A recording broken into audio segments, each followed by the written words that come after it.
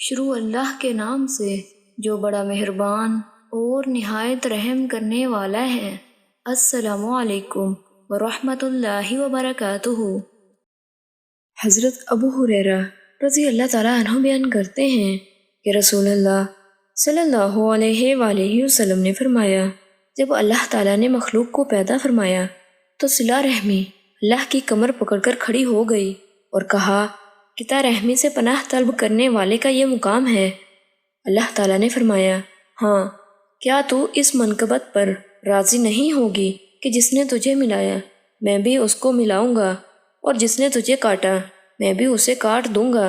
اگر تم چاہتے ہو تو قرآن کی یہ آیت پڑھ لو، فَهَلْ عَصَيْتُمْ إِن تَوَلَّيْتُمْ أَن تُفْسِدُوا فِي الْأَرْضِ وَتَقْطَعُوا أَرْحَامَكُمْ أُولَئِكَ الَّذِينَ لَعَنَهُمُ اللَّهُ فَأَصَمَّهُمْ وَأَعْمَى أَبْصَارَهُمْ أَفَلَا يَتَدَبَّرُونَ الْقُرْآنَ أَمْ عَلَى قُلُوبٍ أَقْفَالُهَا۔